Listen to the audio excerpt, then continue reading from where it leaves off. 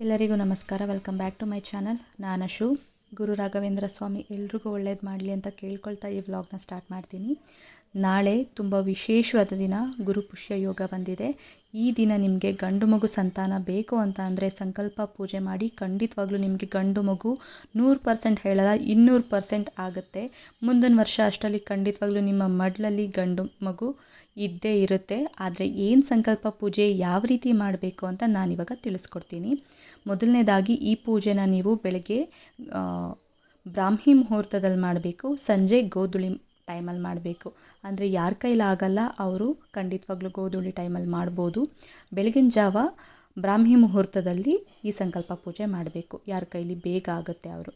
ಯಾವ ರೀತಿ ಮಾಡಬೇಕು ಅಂತ ಅಂದರೆ, ದೇವರಿಗೆ ಗುರು ರಾಘವೇಂದ್ರ ಸ್ವಾಮಿ ಫೋಟೋ ಇಟ್ಟು ಅದ್ರ ಮುಂದೆ 2 ತುಪ್ಪದ ದೀಪ ಹಚ್ಚಿಟ್ಟು ಎಲೆ, ಅಡಿಕೆ, ಕಾಯಿ ಇಷ್ಟೇ. ನಾವು ಬಾಳೆಹಣ್ಣು ಪೂರ್ತಿ ಫಲ ಅಂತ ಹೇಳೋದ್ರಿಂದ ಪೂರ್ಣ ಫಲ ಸಿಗುತ್ತೆ ಅಂತ ಹೇಳ್ತಾರೆ. ಬಾಳೆಹಣ್ಣು ಕಾಯಿ ತುಂಬ ಶ್ರೇಷ್ಠ, ಅದರಿಂದ ನಮಗೆ ಪೂರ್ಣ ಫಲ ಸಿಗುತ್ತೆ. ಎಲೆ, ಅಡಿಕೆ ಮೇಲೆ ಒಂದು 101 ರೂಪಾಯಿ ಇಟ್ಟು ದೇವ್ರ ಮುಂದೆ ಸಂಕಲ್ಪ ಮಾಡಿ, ನನಗೆ ಮುಂದಿನ ವರ್ಷ ಅಷ್ಟರಲ್ಲಿ ನನಗೆ ಗಂಡು ಮಗು ಸಂತಾನ ಕೊಡಪ್ಪ, ನಾನು ಈ ರೀತಿ ಮಾಡ್ತೀನಿ. ನಿಮ್ಗೆ ಯಾವ ರೀತಿ ಇಚ್ಛೆ ಇರುತ್ತೆ, ದೇವ್ರಿಗೆ ಏನಾದ್ರು ಮಾಡಿಸ್ಕೊಡೋಕೆ ಇಚ್ಛೆ ಇರುತ್ತಾ, ಅಥವಾ ನಿಮ್ಮ ಮಗುನ ಮಂತ್ರಾಲಯಕ್ಕೆ ಕರ್ಕೊಂಡೋಗೋ ಇಚ್ಛೆ ಇರುತ್ತಾ, ಅಥವಾ ದೇವರಿಗೆ ಹೆಸರು ಕೊಡಬೇಕು ಅನ್ನೋ ಇಚ್ಛೆ ಇರುತ್ತಾ, ನಿಮ್ಮ ಯಾವ ರೀತಿ ನಿಮ್ಮ ಮನಸ್ಸಿಗೆ ಬರುತ್ತೆ ಸಂಕಲ್ಪ ಪೂಜೆ ಮಾಡಬೇಕು ಅಂತ, ಆ ರೀತಿ ಖಂಡಿತವಾಗ್ಲೂ ನೀವು ಮಾಡ್ಬೋದು. ಯಾವುದೇ ರೀತಿ ಇದರಲ್ಲಿ ತೊಂದರೆ ಇಲ್ಲ. ಗುರು ರಾಘವೇಂದ್ರ ಸ್ವಾಮಿ ನಿಮಗೆ ಖಂಡಿತವಾಗ್ಲೂ ಅನುಗ್ರಹಿಸಿ ಕೊಟ್ಟೇ ಕೊಡ್ತಾರೆ. ಇದನ್ನು ನೀವು ಊಹೆನೂ ಮಾಡ್ಕೊಳಕ್ಕಾಗಲ್ಲ, ಅಷ್ಟು ಫಲ ಸಿಗುತ್ತೆ. ಏನಕ್ಕೆ ಅಂದರೆ, ನಾಳೆ ಚಿನ್ನ, ಬೆಳ್ಳಿ, ನೀವು ಏನೇ ಒಂದು ಮನೆ ಖರೀದಿ ಆಗಿರ್ಬೋದು, ಸೈಟ್ ಖರೀದಿ ಆಗಿರ್ಬೋದು, ಈ ರೀತಿ ನಾವು ನಾಳೆ ಏನಾದರೂ ಮಾಡ್ತೀವಿ ಅಂತಂದರೆ ಅದು ಹೆಚ್ಚುತ್ತಾ ಹೋಗುತ್ತೆ. ಅದು ಅಲ್ಲಿಗೆ ನಿಲ್ಲಲ್ಲ. ಅಷ್ಟು ಒಳ್ಳೆಯದಂತೆ ನಾಳೆ, ಅಷ್ಟು ಒಳ್ಳೆಯ ದಿನ, ತುಂಬ ವಿಶೇಷವಾದ ದಿನ. ಗಂಡು ಮಗು ಬೇಕು ಅಂತ ನೀವು ಬೇಡ್ತಾ ಇರೋರಿಗಂತೂ ಇದೊಂದು ಒಳ್ಳೆಯ ಅವಕಾಶ. ಅಷ್ಟು ವಿಶೇಷವಾದ ದಿನ, ತುಂಬ ಇದಾದಾಗ ಬಂದಿರೋ ಅಂಥ ದಿನ ಇದು. ತುಂಬ ದಿನಗಳು ಕಳೆದು ಬಂದಿರೋ ಅಂಥ ದಿನ ಇದು. ಪುಷ್ಯ ಯೋಗ, ಗುರು ಪುಷ್ಯ ಯೋಗ. ಗುರು ರಾಘವೇಂದ್ರ ಸ್ವಾಮಿಗೆ ನೀವು ಈ ರೀತಿ ಮಾಡಿದ್ರೆ ಭಗವಂತ ನಿಮಗೆ ಅನುಗ್ರಹಿಸಿ ಗಂಡು ಸಂತಾನ ಭಾಗ್ಯ ನಿಮಗೆ ಖಂಡಿತವಾಗ್ಲೂ ಕೊಡ್ತಾನೆ.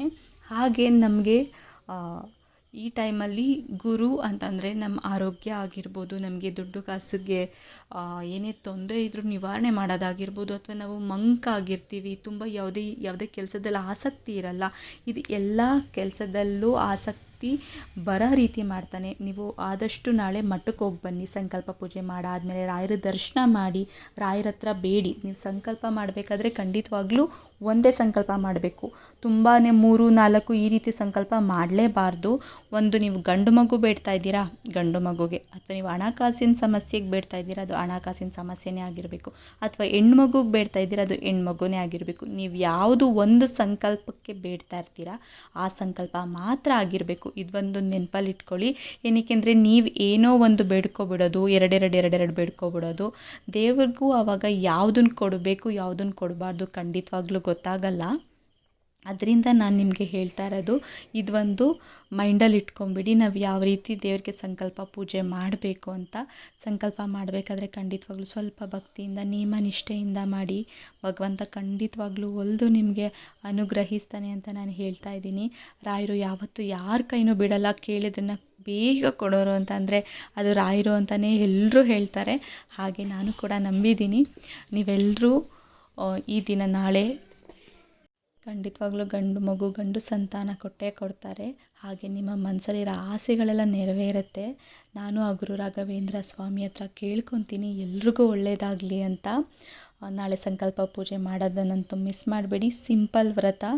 ನಿಮ್ಮ ಕೈಲಿ ಹಸ್ಕೊಂಡಿರೋಕ್ಕಾಗತ್ತೆ ಅಂತ ಅಂದರೆ ಒಪ್ಪತ್ತು ಇರಿ, ಇನ್ನೂ ಶ್ರೇಷ್ಠವಾದ ಫಲ ಸಿಗುತ್ತೆ. ಬೆಳಗ್ಗೆಯಿಂದ ಸಂಜೆವರೆಗೂ ಯಾವುದೇ ಕಾರಣಕ್ಕೂ ನಾವು ಉಪವಾಸ ಇರಬಾರ್ದು, ಅದು ದೇವರಿಗೆ ಸಲ್ಲಲ್ಲ. ಒಪ್ಪತ್ತಿರಬೇಕು. ಮತ್ತು ದೇವರಿಗೆ ನಾಳೆ ನೀವು ತುಳಸಿ ಮಾಲೆ ಅರ್ಪಿಸೋದಂತೂ ಮಿಸ್ ಮಾಡಬೇಡಿ. ಅದು ಅರ್ಪಿಸಿದ್ರೆ ನಿಮ್ಮ ಇಷ್ಟಾರ್ಥ ನೆರವೇರುತ್ತೆ ಅಂತಲೇ ಅರ್ಥ.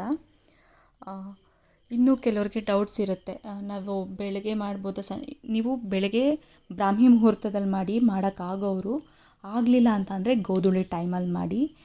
ಒಂದು 5ರಿಂದ 7:30 ಅಷ್ಟರಲ್ಲಿ ಮಾಡಿ. ಬ್ರಾಹ್ಮಿ ಮುಹೂರ್ತ ಅಂದರೆ 4ರಿಂದ 6:30 7 ಗಂಟೆ ಅಷ್ಟರಲ್ಲಿ ಮುಗಿಸಿ ಸಂಕಲ್ಪ ಪೂಜೆ ಮುಗಿಸಿ. ಖಂಡಿತವಾಗ್ಲೂ ಎಲ್ರಿಗೂ ಏನಕ್ಕೆ ಅಂದರೆ ನಾಳೆ ಅಷ್ಟು ವಿಶೇಷವಾದ ದಿನ ಬಂದಿರೋದು.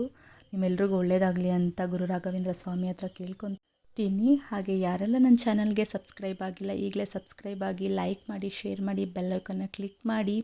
ಪ್ಲೀಸ್ ಸಬ್ಸ್ಕ್ರೈಬ್ ಆಗೋದಂತೂ ಮರಿಬೇಡಿ. ನಿಮ್ಗೆ ಏನೇ ಒಂದು ಡೌಟ್ಸ್ ಇದ್ದರೂ ಖಂಡಿತವಾಗ್ಲೂ ಕಮೆಂಟ್ ಮಾಡಿ, ನಾನು ಖಂಡಿತವಾಗ್ಲೂ ನಿಮಗೆ ರಿಪ್ಲೈ ಮಾಡ್ತೀನಿ. ಹೀಗೆ ಯಾವಾಗಲೂ ಸಪೋರ್ಟ್ ಮಾಡ್ತಾಯಿರಿ. ಗುರು ರಾಘವೇಂದ್ರ ಸ್ವಾಮಿ ಎಲ್ರಿಗೂ ಒಳ್ಳೇದು ಮಾಡಲಿ ಅಂತ ಕೇಳ್ಕೊತಾ ಈ ವ್ಲಾಗ್ನ ಮುಗಿಸ್ತೀನಿ. Thank you.